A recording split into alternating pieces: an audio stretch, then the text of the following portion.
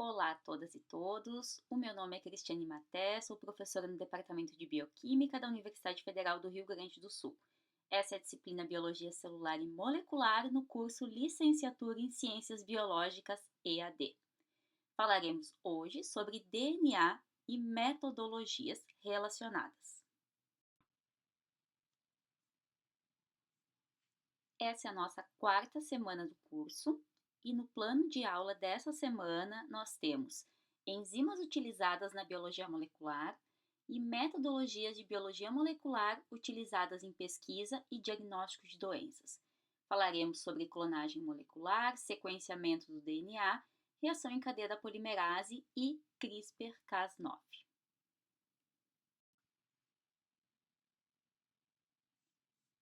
Enzimas utilizadas na biologia molecular. Enzimas de restrição. As enzimas de restrição, também chamadas de endonucleases de restrição, reconhecem uma sequência de bases específica na hélice dupla do DNA e cortam ambas as fitas da hélice em lugares pré-determinados. Elas são indispensáveis na análise da estrutura dos cromossomos, no isolamento de genes e na criação de moléculas novas de DNA que podem ser clonadas. As enzimas de restrição são encontradas em uma grande variedade de organismos procarióticos e o seu papel biológico é o de clivar moléculas de DNA exógenas. Uma característica marcante de muitos dos sítios de clivagem ou sítios de restrição é a dupla simetria rotacional, isto é, a sequência de reconhecimento é palindrômica e os sítios de clivagem são simetricamente posicionados. Mais de 3.500 enzimas de restrição com diferentes especificidades já foram identificadas e cerca de 150 delas são comumente utilizadas pelos pesquisadores.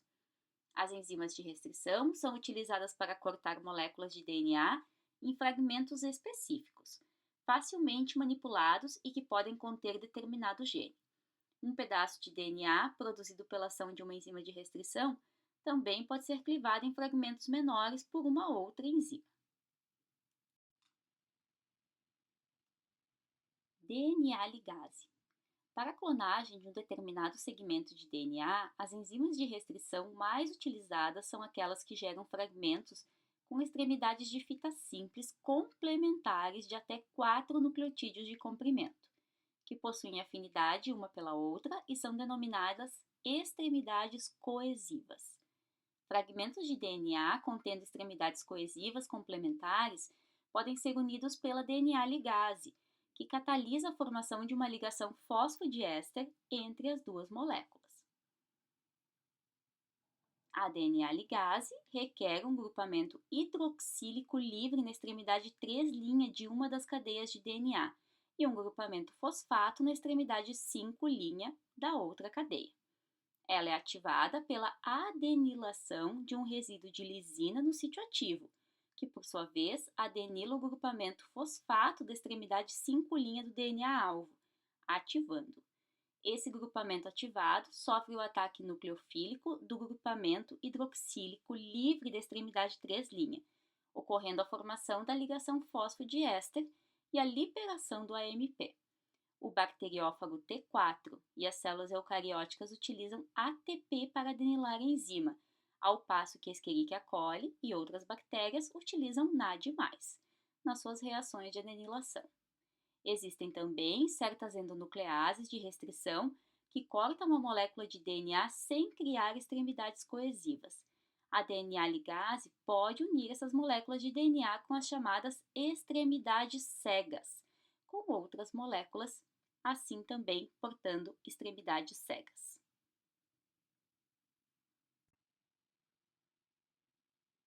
Enzimas de restrição e DNA ligase. No lado esquerdo, na letra A, nós temos a sequência reconhecida por algumas enzimas de restrição bastante utilizadas em laboratório, o seu nome e a sua origem. Por exemplo, a EcoR1 é derivada da Escherichia coli e nós temos aqui, apontado então pelas flechas, o ponto de clivagem dessa enzima. Como nós podemos ver, o resultado então dessa dupla clivagem vai levar à formação de extremidades coesivas. Diferente da HAE3, derivado do Haemophilus aegyptius, já que aqui, após a clivagem, então indicada pelas flechas, nós temos a formação de extremidades cegas. Na letra B, nós temos a ação da enzima DNA ligase, derivada, por exemplo, de uma célula eucariótica, ou T4, que utiliza ATP no processo de adenilação, ou então da Escherichia coli, que utiliza NAD no processo de adenilação. Como nós podemos observar na letra C, primeiro a ligase é adenilada, isso significa que é ligada a uma molécula de AMP, ou derivada do NAD, ou derivada do ATP, e isso faz, então, com que a enzima transfira agora esse grupamento AMP para a extremidade 5' da fita de DNA, onde ela vai realizar a formação da ligação fosfodiéster. Temos uma extremidade 3' livre com uma hidroxila e agora, então, uma extremidade 5' com um fosfato ligado ao AMP. Na última etapa reacional, a liberação do AMP faz com que a DNA ligase, então, catalise a formação da ligação fosfodiéster pelo ataque da hidroxila na extremidade 3' ao fosfato da extremidade 5' e, consequentemente, como resultado, então, a formação da ligação fosfodiéster.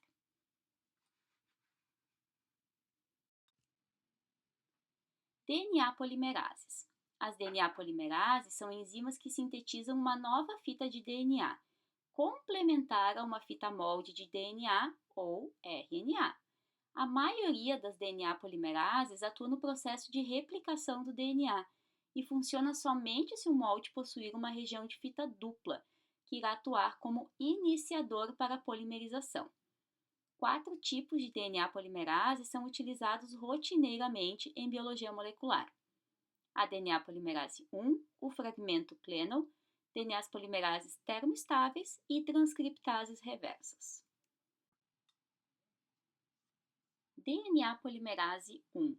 A DNA polimerase 1 liga-se a uma curta região de fita simples de uma molécula de DNA de fita dupla e então sintetiza uma fita completamente nova, degradando a fita existente à medida que ela prossegue na polimerização.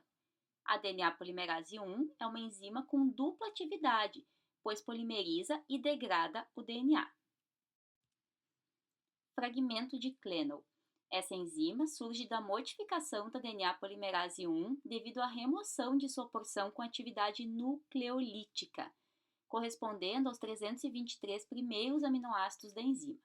A enzima resultante desse processo, denominada fragmento de Clenol, retém a capacidade de polimerização, mas é incapaz de degradar o DNA, ou seja, ela é capaz de sintetizar uma fita de DNA complementar a partir de um molde de fita simples, mas não consegue continuar a síntese se a lacuna da fita simples estiver preenchida.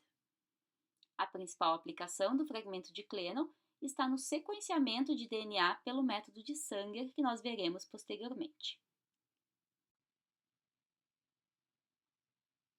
DNA polimerase termoestável. A TAC DNA polimerase é uma enzima do tipo DNA polimerase 1, extraída da bactéria Thermus aquaticus.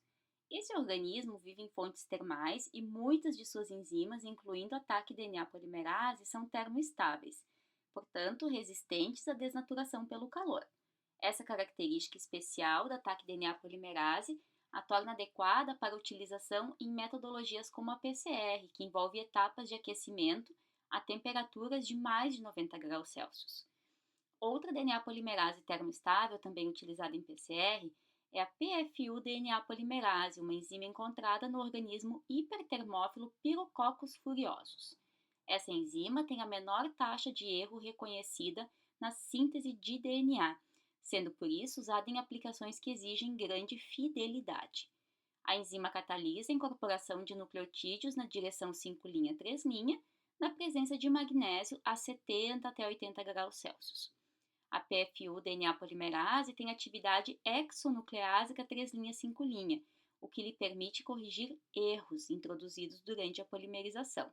Assim, essa DNA polimerase tem a capacidade de efetuar a revisão da polimerização. A sua taxa de erro, que é inferior a 2,6 × 10⁻⁶ por nucleotídeo em cada ciclo, É cerca de 7 a 10 vezes menor do que a da TAC DNA polimerase, que não é capaz de efetuar a revisão. Transcriptases reversas. As transcriptases reversas são DNAs polimerases RNA dependentes, envolvidas na replicação de vários tipos de vírus cujos genomas são constituídos de RNA. Elas fazem uma transcrição reversa, utilizando RNA como molde para sintetizar uma fita de DNA complementar, também chamado então de cDNA, sendo muito úteis na construção de bibliotecas de cDNA a partir de populações específicas de mRNA. Clonagem molecular. Construção de moléculas de DNA recombinantes. O principal resultado das aplicações da tecnologia de DNA recombinante é o isolamento e a propagação em um organismo de moléculas idênticas de DNA. A clonagem molecular envolve uma molécula de DNA recombinante é formada pela ligação de um inserto de DNA, originado da clivagem do DNA de interesse, a uma outra molécula de DNA, chamada de vetor ou veículo de clonagem. Esse vetor de clonagem, ou simplesmente vetor, é assim chamado porque é ele que transporta o inserto de DNA para o interior de uma célula hospedeira, onde ele poderá ser replicado. A molécula de DNA recombinante, que é o inserto e o vetor unidos, é introduzida dentro de uma célula hospedeira apropriada. O processo de introdução de DNA em células é chamado de transformação. A célula hospedeira, contendo uma única molécula de DNA recombinante, divide-se várias vezes, formando uma colônia de células. Cada célula da colônia possui pelo menos uma cópia da molécula recombinante. Essas células são chamadas de transformantes ou células transformadas. Essas transformantes podem ser distinguidas das células que não receberam a molécula de DNA recombinante pela presença de um gene marcador, presente no vetor de clonagem. Vetores de clonagem de DNA. Uma das características principais do vetor de clonagem é a capacidade de replicar dentro da célula hospedeira, de maneira que numerosas cópias da molécula de DNA recombinante podem ser produzidas e transmitidas para células filhas. Para isso, os vetores devem conter sequências permitindo a sua replicação autônoma dentro da célula hospedeira. Além disso, os vetores mais utilizados possuem um sítio único de clonagem, um sítio de restrição que não se repete na molécula, permitindo a inserção sítio específica de uma outra molécula de DNA, que é o inserto. Alguns vetores contêm sítios únicos para várias endonucleases de restrição posicionados lado a lado em um segmento denominado sítio múltiplo de clonagem. Um vetor de clonagem precisa ser relativamente pequeno, em forma ideal com menos de 10 kilobases de tamanho, uma vez que moléculas maiores tendem a se quebrar durante os processos de purificação e também são mais difíceis de serem manipuladas. Dois tipos de moléculas de DNA que satisfazem esses critérios podem ser encontradas em células bacterianas, os plasmídios e os DNAs de fagos. Os plasmídios foram os primeiros vetores desenvolvidos, sendo ainda muito utilizados para a clonagem. Esses vetores plasmidiais são derivados de plasmídios que ocorrem naturalmente em bactérias e alguns organismos eucarióticos unicelulares, como é o caso das leveduras. Plasmídios são moléculas de DNA circular de fita dupla extracromossômicas e que possuem capacidade de replicação autônoma. Apenas uma cópia de um plasmídio entra em uma célula bacteriana hospedeira. Uma vez dentro dela, alguns plasmídios aumentam o seu número para centenas de cópias. Eles transportam genes que são marcadores genéticos auxotróficos ou que conferem resistência aos antibióticos, como a ampicilina e a tetraciclina. Esses genes são utilizados como forma de distinguir as células hospedeiras que receberam o vetor daquelas que não receberam. Um dos plasmídios mais utilizados em biologia molecular é o PUC18. Possui o gene que codifica a resistência à ampicilina, a origem de replicação do DNA plasmidial, e o gene LAC-Z, que codifica a subunidade alfa da beta-galactosidase da Escherichia coli. Eles também apresentam vários sítios de clonagem inseridos em uma região apropriada do plasmídio, que não inativa esse gene. A inserção de um fragmento de DNA em um desses sítios de clonagem causa a interrupção do gene LAC-Z, levando à perda da função da beta-gal. Os plasmídios PUC18 e PUC19 possuem a mesma região contendo os múltiplos sítios de clonagem, mas em orientação oposta. As bactérias contendo os plasmídios recombinantes são selecionadas pela coloração branca das colônias, ao passo que aquelas que receberam o vetor parental ou selvagem, sem o inserto clonado, portanto, apresentam colônias de coloração azul, resultado da ação da beta-gal ativa. Esses plasmídios possuem um tamanho de 2.643 pares de base e estão presentes em um alto número de cópias por célula. O bacteriófago lambda como vetor de clonagem. Os fagos pertencem à categoria dos elementos genéticos móveis e, por serem capazes de replicação autônoma, podem ser utilizados como vetores de clonagem. O DNA do bacteriófago lambda foi modificado pela tecnologia do DNA recombinante, originando alguns dos mais versáteis vetores para a clonagem.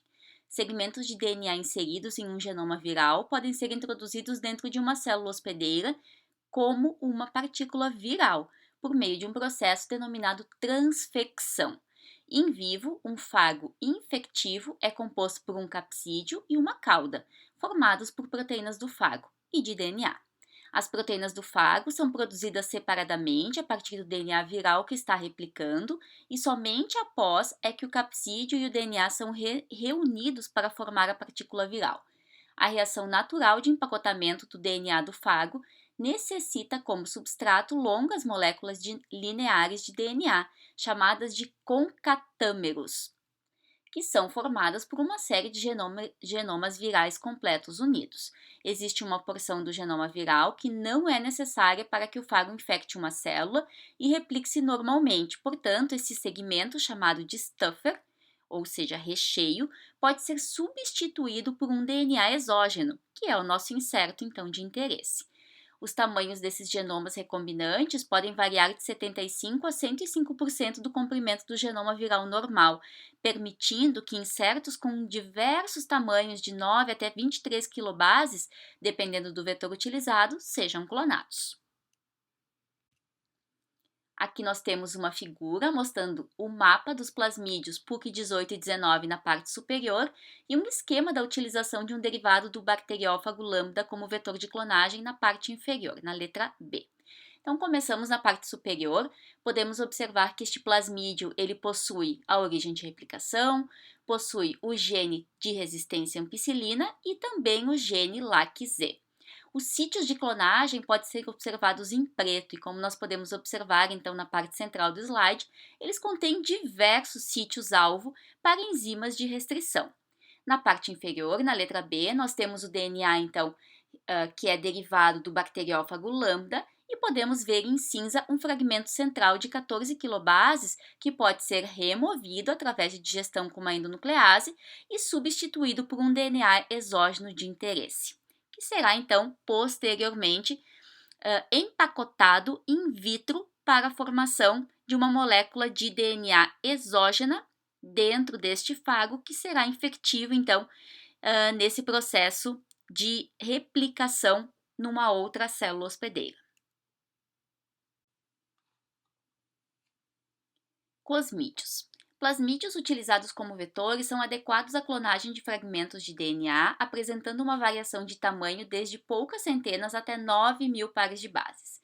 Para a clonagem de fragmentos maiores, devem ser usados preferencialmente os cosmídeos, que são plasmídios bacterianos possuindo uma origem de replicação, uma marca de resistência a antibiótico, um ou mais sítios de clonagem e as sequências COS do bacteriófago lambda. A clonagem de fragmentos grandes de DNA em um cosmídeo produz recombinantes, que podem ser empacotados nos capsídeos do bacteriófago lambda e utilizados para infectar células de Escherichia coli. Como o reconhecimento de sítios COS requer que segmentos de DNA de pelo menos 35 a 50 kilobases sejam inseridos entre dois sítios COS adjacentes, os cosmídeos resultam em excelentes vetores para a clonagem de fragmentos de DNA relativamente grandes. Uma variação dos cosmídeos são os fosmídeos, que contêm a origem de replicação do plasmídio F, de Escherichia coli, além das sequências cos do bacteriófago lambda. A diferença para os cosmídeos é que, devido à origem de replicação de F, o número de cópias de fosmídeos por célula hospedeira é menor, o que é uma vantagem na clonagem de fragmentos maiores, pois diminui a chance de ocorrência de rearranjos por recombinação entre os insetos. Cromossomos artificiais bacterianos. O sistema de clonagem em cromossomos artificiais bacterianos, chamados também de BAC, também se baseia no plasmídio F de Escherichia coli. Fragmentos de DNA maiores que 300 quilobases podem ser clonados no vetor e mantidos estavelmente na bactéria hospedeira. Pela alta eficiência de clonagem, fácil manipulação e estabilidade do fragmento clonado, o sistema de clonagem em BAC tem sido adotado para a construção de bibliotecas genômicas de organismos com genomas complexos. Cromossomos artificiais de levedura.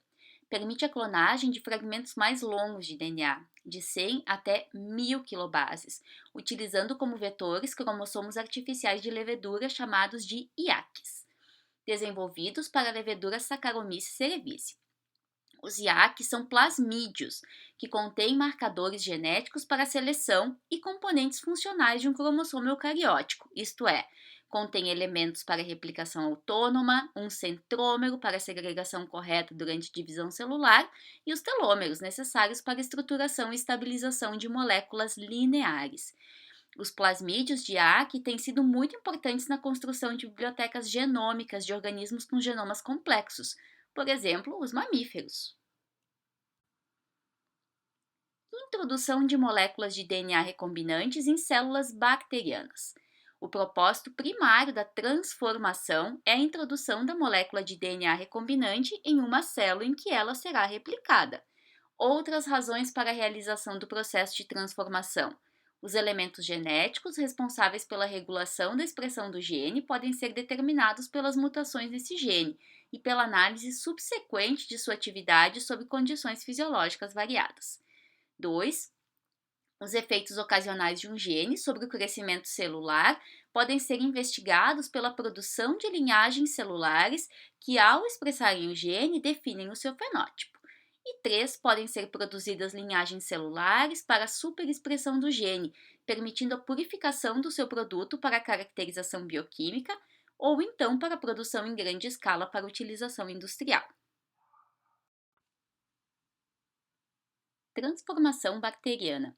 Muitos métodos para a transformação bacteriana tiveram base nas observações de Mendel e Riga em 1970, que demonstraram que bactérias tratadas com soluções geladas de cloreto de cálcio logo após, sendo brevemente aquecidas, podiam ser transfectadas com DNA do bacteriófago lambda. Em princípio, o tratamento induz a um estado de competência transitório das bactérias receptoras, durante o qual elas se tornam permeáveis a moléculas de DNA livre, provenientes de uma grande variedade de fontes.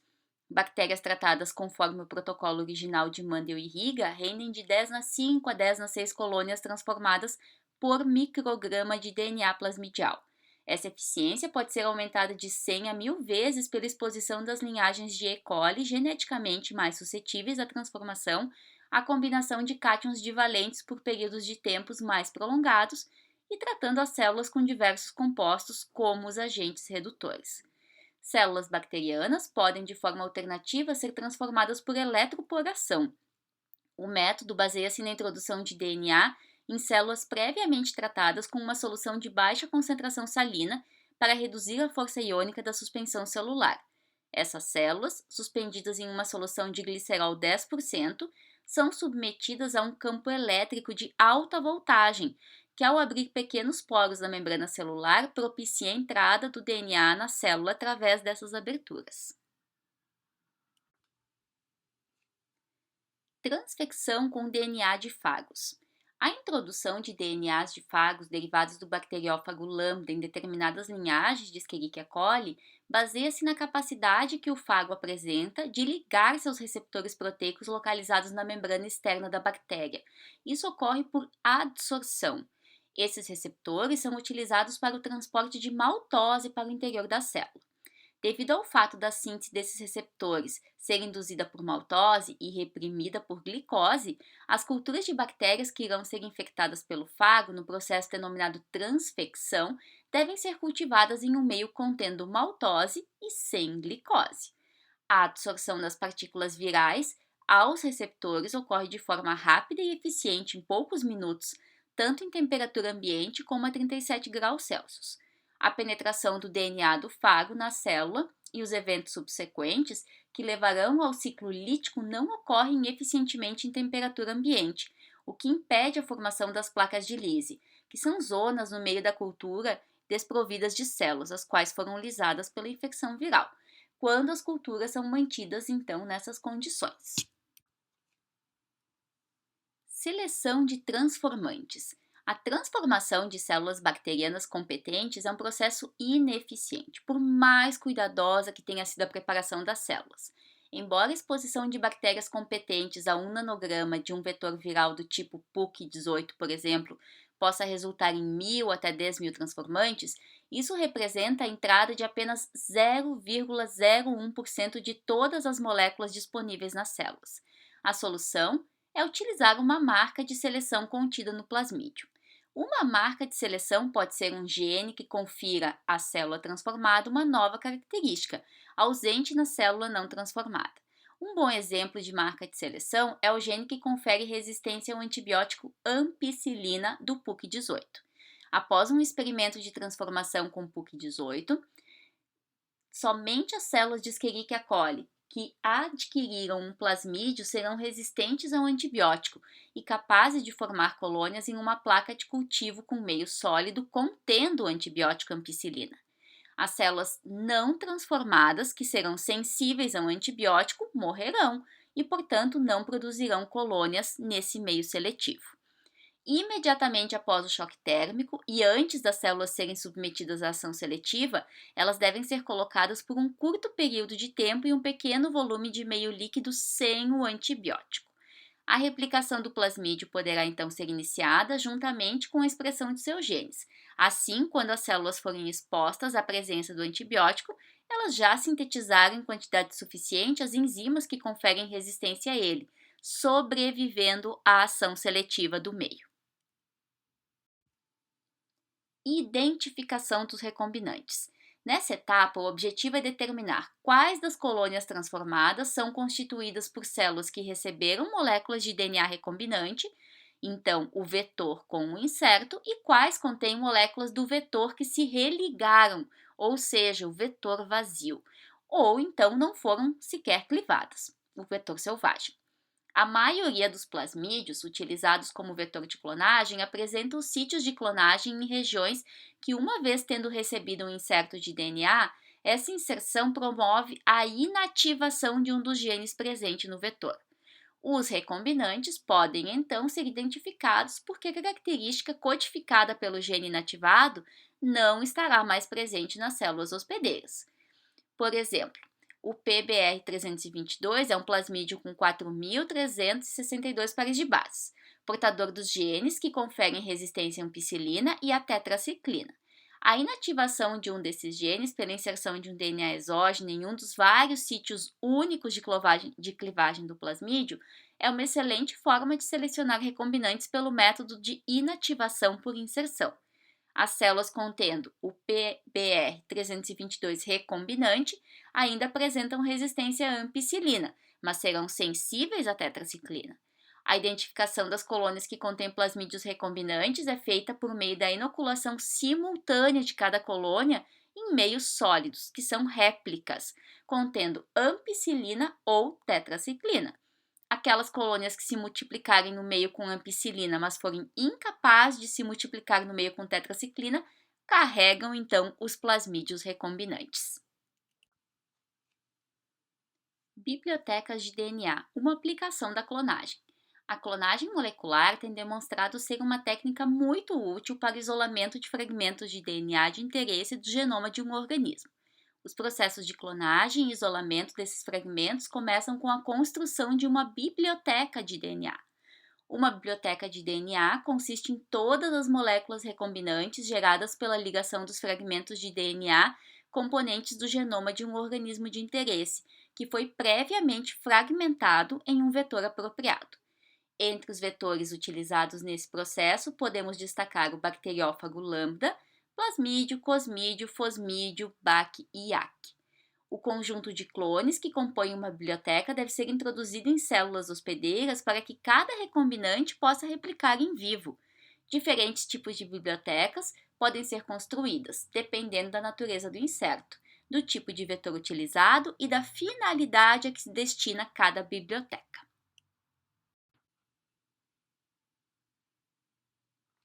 Bibliotecas de DNA. Nós temos aqui do lado esquerdo o DNA derivado do bacteriófago lambda, que foi clivado com BAM-HI e removido então o fragmento central de 14 quilobases. Vemos a formação então de duas extremidades coesivas aqui, que irão combinar com as extremidades coesivas derivadas do DNA genômico, que foi clivado com Sal3A, e essas extremidades coesivas elas são complementares, então, às extremidades coesivas do nosso vetor. Ocorre a ligação com fragmentos do DNA genômico, ocorre empacotamento in vitro da molécula recombinante e temos como produto partículas de lambda infectivas transportando uma molécula de DNA exógena. Expressão e purificação de uma proteína recombinante. Nós temos aqui um exemplo, então, de um plasmídio, por exemplo, com o seu promotor, com o sítio de ligação ao ribossomo, com a direção da transcrição sendo representada, e esse vetor, então, possui um sítio de clonagem, onde nós iremos inserir um DNA a ser clonado, que aqui está sendo chamado de inserto. Ocorre a fusão gênica, então, depois a introdução no Escherichia coli por um processo de transformação, por exemplo, ocorre indução da expressão, a purificação numa coluna de afinidade. Nós podemos observar aqui que a nossa proteína de interesse está ligada a uma glutationa S-transferase, justamente porque isso facilita então a purificação da nossa proteína-alvo. Se utiliza uma coluna contendo cefarose ligada a GSH, glutationa reduzida, então, que liga e prende a glutationa S-transferase. Numa etapa posterior, ocorre a clivagem enzimática e a purificação da nossa proteína alvo de interesse. Vídeos complementares. Temos aqui dois vídeos sobre clonagem de DNA e DNA recombinante que estarão disponíveis no Moodle. Sequenciamento do DNA. Método de Sanger. No método desenvolvido por Frederick Sanger em 1977, o DNA a ser sequenciado, que pode ser de fita simples ou de fita dupla desnaturado, é hibridizado com um oligonucleotídeo iniciador, com aproximadamente 20 pares de base. Na presença dos 4 desoxirribonucleotídeos trifosfatados, desoxi-ATP, desoxi-CTP, desoxi-GTP e desoxi-TTP, um dos didesoxirribonucleotídeos trifosfatados, então, ou DD-ATP, ou DD-CTP, ou DD-GTP, ou DD-TTP, mais alfa-32-fosfato desoxi-ATP, ou então 35-hex-desoxi-ATP, e a DNA polimerase, mais a fita complementar, então, que está sendo sintetizada pela DNA polimerase utilizando esses substratos. Os didesoxirribonucleotídeos trifosfatados não apresentam um grupamento hidroxílico no carbono 3' de forma que, uma vez incorporados, impedem a adição de outro nucleotídeo, terminando assim o alongamento da cadeia. 4 reações separadas são feitas, uma para cada didesoxirribonucleotídeo fosfatado adicionado a este tubo, então. Após a reação, as amostras são desnaturadas na presença de formamida e analisadas em gel de poliacrilamida contendo ureia. Para a leitura de sequências até uma distância de 50 nucleotídeos do iniciador, utiliza-se um gel com concentração de poliacrilamida de 12 a 20%, ao passo que sequências de até 500 pares de base do iniciador podem ser lidas em géis de concentração de 5 a 6%. Sequenciamento automático de DNA. Os sequenciadores de DNA analisam automaticamente as fitas de DNA marcadas com qualquer um dos 4 didesoxirribonucleotídeos terminadores, que são marcados com compostos fluorescentes, utilizados para identificar cada uma das posições dos diferentes nucleotídeos na cadeia. A reação do sequenciamento utiliza o princípio da reação em cadeia da polimerase, por meio então dos vários ciclos de anelamento dos iniciadores com o molde, extensão da cadeia de DNA, ou seja, a polimerização, e a desnaturação, as cadeias truncadas pela incorporação dos didesoxirribonucleotídeos específicos são produzidas. Utilizando os terminadores marcados, uma única reação é realizada e aplicada em um gel, uma placa ou um capilar, e os fragmentos de DNA marcados são separados no gel de acordo com os seus diferentes tamanhos. Um feixe de laser rastreia o gel, excitando os marcadores que emitem luz em um comprimento de onda específico para cada um dos marcadores, conforme então o fluoróforo utilizado. A emissão de luz é registrada e o padrão do espectro é analisado com a ajuda de um programa que permite gerar as sequências de DNA. O uso de terminadores marcados apresenta algumas vantagens em relação ao uso dos iniciadores marcados, que nós falamos anteriormente, como a reação para a detecção das 4 bases diferentes é realizada em um único tubo, isso também reduz as manipulações. Aqui temos uma figura demonstrando o sequenciamento de DNA. Do lado esquerdo, nós temos um alvo, DNA que será sequenciado, a utilização do fragmento de Cleno da DNA polimerase 1, por exemplo, que é responsável pela polimerização. Temos aqui a representação das 4 diferentes tubos, 4 diferentes reações, então, utilizando didesoxi-CTP na primeira, didesoxi-GTP na segunda, didesoxi-TTP na terceira e didesoxi-ATP na quarta.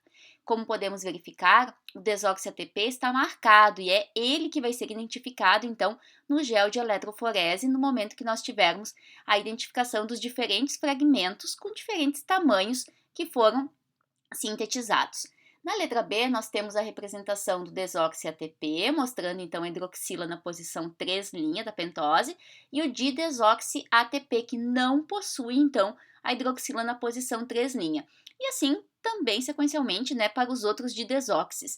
E é justamente pela inexistência então dessa hidroxila na posição 3' que a reação de polimerização catalisada pela DNA polimerase não pode ser continuada, já que ela não consegue adicionar o próximo nucleotídeo que formaria a ligação fosfodiéster justamente com essa hidroxila na posição 3', finalizando então o fragmento de DNA, justamente o que vai ser identificado depois então no gel de poliacrilamida. Na figura C, nós temos aqui a representação, então, de 4 diferentes nucleotídeos, o A, C, G e o T, com 4 diferentes fluoróforos, que é utilizado, então, justamente na reação de sequenciamento automatizado de DNA. Eu trago aqui alguns vídeos sobre sequenciamento do DNA, essas sugestões também estão lá no Moodle para vocês. Reação em cadeia da polimerase, também chamada de PCR.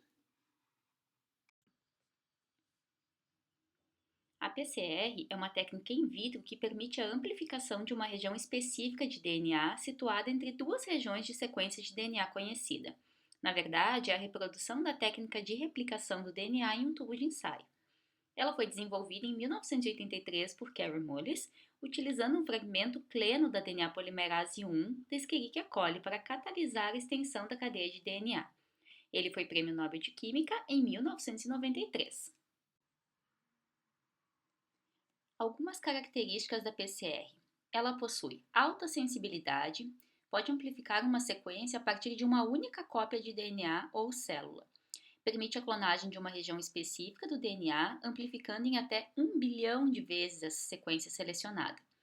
2 na N é o número de cópias que nós teremos, então, ao final no nosso PCR, onde N é o número de ciclos.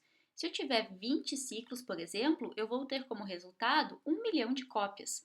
Se eu tiver um N igual a 30, eu terei como resultado 1 bilhão de cópias derivada de uma única cópia de DNA. Ela resulta na purificação dessa sequência de DNA em comparação ao restante do genoma dessa forma. Tem alta especificidade. A alta temperatura de hibridização garante também uma ligação específica. Algumas das utilizações do PCR na arqueologia molecular e na paleontologia molecular. Uma amostra de DNA ela pode ter mais de 40 anos e ser proveniente de restos mumificados de humanos e animais extintos. Ela auxilia na identificação do parentesco de ancestrais, bem como na elucidação das rotas de migração humanas antigas. Na epidemiologia, na avaliação de vírus patogênicos, é o caso que nós estamos vivenciando agora, nessa pandemia de Covid-19, onde o vírus SARS-CoV-2 é identificado justamente por uma reação de PCR. Na medicina forense, amostras de sangue e sêmen incriminam ou inocentam o réu. Análise de repetições curtas em tandem, chamadas de STR, são características de cada indivíduo. Na clínica, a detecção de infecções virais e bacterianas, no diagnóstico pré-natal de doenças genéticas, no diagnóstico e acompanhamento do tratamento do câncer, para investigação de paternidade e detecção de mutações em genes específicos, por exemplo, no diagnóstico de alguns tipos de câncer. Temos aqui alguns componentes básicos da reação do PCR. Nós teremos então o DNA molde, a enzima DNA polimerase, que fará a polimerização, os substratos desoxirribonucleotídeos, os primers, que irão anelar com a região específica do DNA que será amplificada, e também o tampão contendo magnésio, que é o cofator da enzima DNA polimerase. O DNA molde é a fita de DNA a ser amplificada, em geral se utiliza 0,1 até 1 micrograma de DNA. A sequência-alvo não precisa ser conhecida, mas a sequência flanqueadora, onde ligam-se os primers, necessita ser conhecida. A sequência-alvo, em geral, ela tem até 10 kilobases e pode aumentar até 30 kilobases em tipos específicos, por exemplo, no Long Range PCR. E nós podemos amplificar, então, sequências de em torno de 10 kilobases mais comumente. Tem fontes diversas de DNA, células sanguíneas, urina, células do esfregaço da mucosa bucal, bulbo de cabelo, sêmen, líquor, material de biópsia, líquido amniótico, placenta e vilosidades coriônicas. Aqui nós temos uma figura mostrando alguns tipos de fontes de DNA, por exemplo, animais, fungos, protistas, plantas, a célula eucariótica, mostrando que o DNA, então, ele pode ser proveniente de cloroplastos ou de mitocôndrias ou nos cromossomos nucleares, enquanto que numa célula procariótica nós temos plasmídios, temos o cromossomo bacteriano que é circular, e em vírus também nós podemos ter, então, material genético na forma de DNA. A DNA polimerase é a enzima que vai sintetizar o DNA. Ela é estável a 95 graus Celsius e tem um tempo de meia-vida de aproximadamente 2 horas. A DNA polimerase pode ter ação revisora ou não, e isso impacta na fidelidade da replicação. DNA polimerase com ação revisora certamente terá um menor rendimento. Nós temos enzimas termoestáveis, então, provenientes de diversos organismos, como é o caso do termos aquáticos, onde obtemos a TAC DNA polimerase, do Thermococcus litoraris.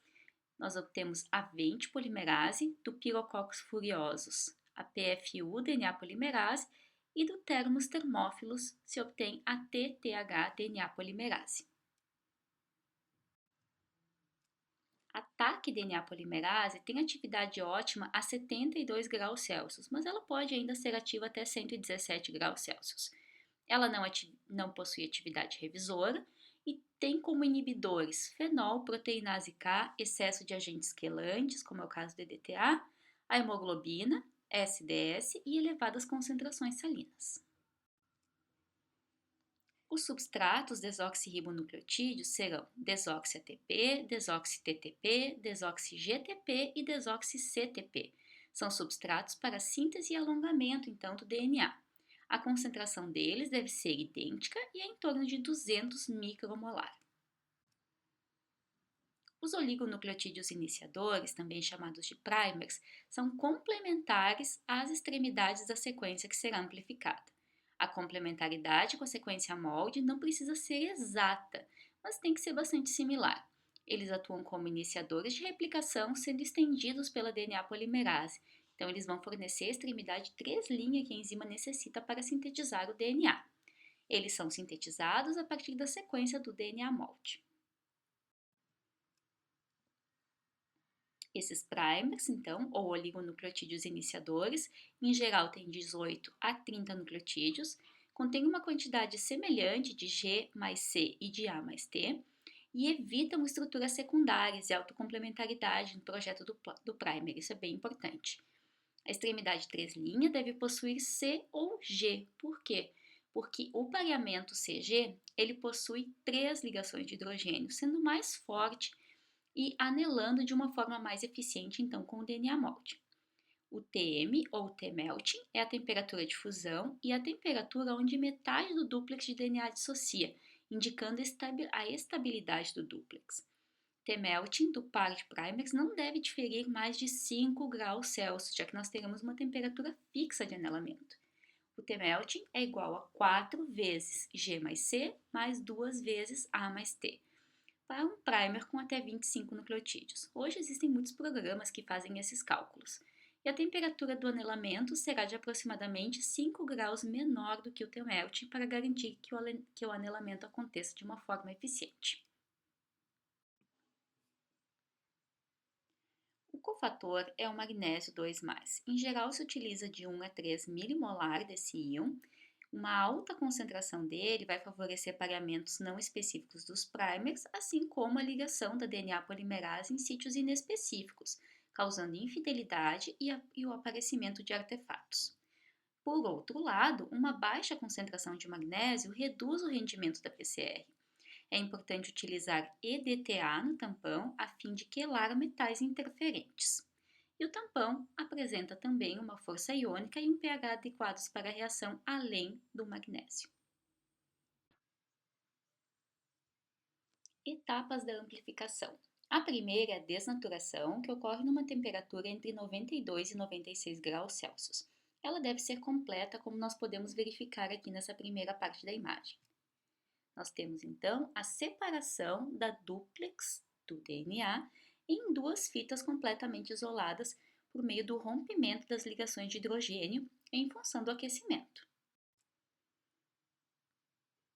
Na segunda etapa, nós temos o anelamento dos primers, que acontece numa temperatura entre 50 e 70 graus Celsius, sempre será estimada em torno de 5 graus abaixo do T-melting. Nós podemos ver aqui, então, o anelamento dos 2 primers nas extremidades da região do DNA que será amplificada. Na terceira etapa, nós temos a extensão. A temperatura ideal deve ser a temperatura ótima para a enzima, no caso da TAC DNA polimerase, 72 graus Celsius. 1 minuto é suficiente para o alongamento de 2 quilobases. O último ciclo ele deve ser mais extenso, em torno de 5 minutos, a fim de garantir a finalização da extensão de todos os fragmentos. Podemos ver aqui, então, que a DNA polimerase e os substratos serão utilizados nessa fase para a síntese de DNA entre essas regiões dos primers. Aqui nós temos uma figura mostrando todas essas etapas. Então, no início nós temos um dúplex de DNA, que é separado por meio do aquecimento, ocorre anelamento dos primers e a síntese dos fragmentos de DNA complementares à fita molde, por meio da ação da DNA polimerase, utilizando os desoxirribonucleotídeos como substratos. No segundo ciclo, nós temos a separação dos dúplex novos formados e se repete todo o processo, anelamento dos primers e síntese do DNA. Um novo ciclo vem e assim sucessivamente até o final da reação de PCR. Aqui nós temos uma figura mostrando a síntese de DNA, lembrando então que cada desoxirribonucleotídeo é adicionado sempre na extremidade 3', já que a síntese ocorre no sentido 5', 3'. O novo nucleotídeo, na forma de desoxirribonucleotídeo trifosfatado, é adicionado. A gente vê aqui que no sítio ativo da enzima temos magnésio, que é o cofator dessa enzima. Ele ajuda a estabilizar os fosfatos com carga negativa que compõem o substrato. e colocam então o substrato numa posição muito específica e essencial para que ocorra a polimerização catalisada pela DNA polimerase. O que a enzima faz então é a formação da ligação fosfodiéster entre esses nucleotídeos, entre a hidroxila que está na posição 3' com o fosfato que está ligado ao carbono 5' da próxima desoxirribose.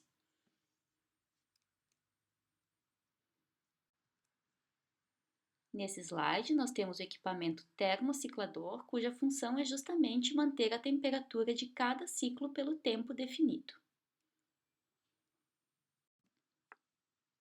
Após a PCR, nós temos que detectar o produto da amplificação.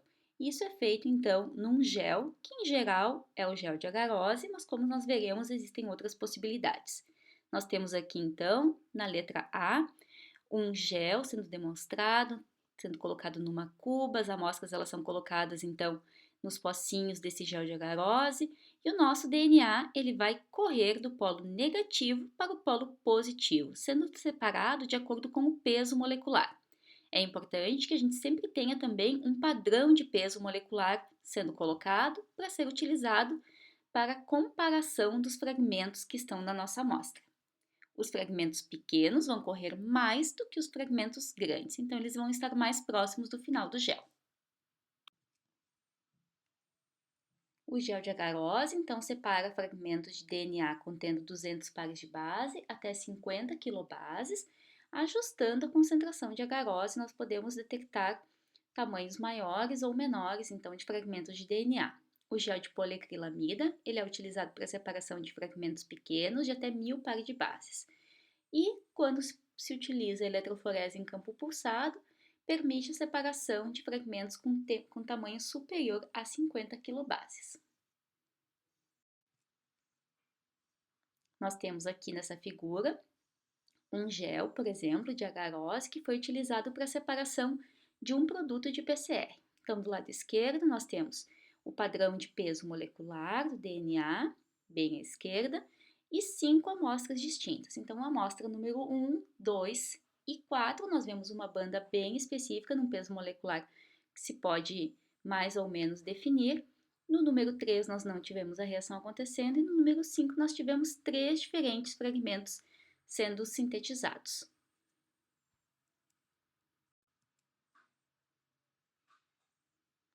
Fatores importantes para melhorar a eficiência e a fidelidade do PCR. O tipo de polimerase utilizada com ação revisora ou não é importante. O glicerol aumenta a estabilidade térmica da enzima e a formamida e o DMSO reduzem a estabilidade térmica da enzima. Algumas características do tampão, a concentração do magnésio, concentração dos primers, a estabilidade dos primers. O glicerol, a formamida e o DMSO, por exemplo, reduzem o T-melting. A concentração de DNTPs, a complexidade e a concentração do DNA molde e também os parâmetros do ciclo de tempo e temperatura. Então, todos esses são fatores que são importantes que sejam considerados no momento que se está definindo uma reação em cadeia da polimerase. Quanto à especificidade da PCR, ela vai depender da hibridização dos primers à sequência-alvo. Nós temos algumas estratégias para melhorar a especificidade. O Hot Start PCR, a reação de amplificação inicia em alta temperatura antes da adição da polimerase. No Nested PCR, ocorre a utilização de 2 sets de primers em 2 reações de PCR sequenciais. A primeira utiliza primers muito além da região flanqueadora do DNA-alvo, e o PCR desta reação é utilizado numa segunda PCR, utilizando primers que flanqueiam o alvo, então, numa região menor. O Touchdown PCR reduz a ligação não específica dos primers, reduzindo a temperatura de anelamento de cada ciclo. É extremamente importante que se evite a contaminação na PCR, utilizando, por exemplo, então, áreas exclusivas para extração do DNA e para a reação de PCR, utilizando material exclusivo para PCR, autoclavando todas as soluções, exceto os DNTPs, os primers e a TAC DNA polimerase, alicotando as soluções em pequenas quantidades e estocando em áreas isoladas para PCR, e utilizando uma reação controle sem adição de DNA molde. Alguns inibidores da amplificação são heparina, compostos tetrapirrólicos do sangue, como é o caso do grupamento M, detergentes não iônicos, o Triton X100, Twin 20, NP40 em altas concentrações, porque eles aumentam a amplificação não específica, e detergentes iônicos, em concentração elevada, também inibirão a amplificação. Nós temos aqui nessa tabela alguns potencializadores da amplificação. A formamida, numa concentração de 5%, melhora a especificidade. O DMSO, numa concentração menor de 10%, reduz a formação de estruturas secundárias no DNA. O TMAC, numa concentração de 10 a 100 micromolar, elimina hibridização não específica. O polietileno-glicol, de 5 a 15%, melhora a especificidade. O glicerol, de 10 a 15%, melhora a especificidade e a eficiência da reação. O Twin 20, de 0,1 até 2,5%, reduz a formação de estrutura secundária no DNA e estabiliza a polimerase. O 7-deasa-desoxi-GTP, numa concentração de 75 do desoxi-GTP, facilita a amplificação de moldes com estrutura secundária. E a BSA, numa concentração de 1 mg por ml, melhora a amplificação de DNA antigo ou amostras contendo inibidores de PCR. Algumas vantagens e desvantagens da PCR. Quantas vantagens? A velocidade e a facilidade de utilização, a sensibilidade, a robustez e o baixo custo da técnica. Quantas desvantagens? A necessidade de informação sobre a sequência-alvo de DNA e a infidelidade na replicação de DNA.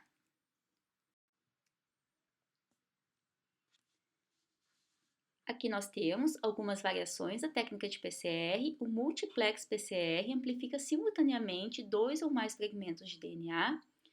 O ARMS PCR, alelo específico, identifica o polimorfismo de um nucleotídeo, também chamados de SNPs, e o primer deve incluir o SNP pretendido. O RT-PCR, a transcrição reversa, é a molécula molde é o RNA e a amplificação é precedida pela reação da transcriptase reversa que produz o cDNA, que vai ser utilizado então para o PCR. O PCR quantitativo, o produto é medido em tempo real, permitindo a quantificação do produto. No Real-Time PCR, nós acompanhamos cineticamente a reação de amplificação, não requerendo eletroforese. Como métodos de detecção, nós temos, por exemplo, marcadores fluorescentes que intercalam com o DNA fita dupla, mas não são específicos para um gene de interesse. É o caso do CyberGreen, que nós podemos ver aqui do lado direito. Também temos sondas fluorescentes que hibridizam especificamente com o DNA-alvo e emitem fluorescência quando clivadas pela DNA polimerase durante o alongamento.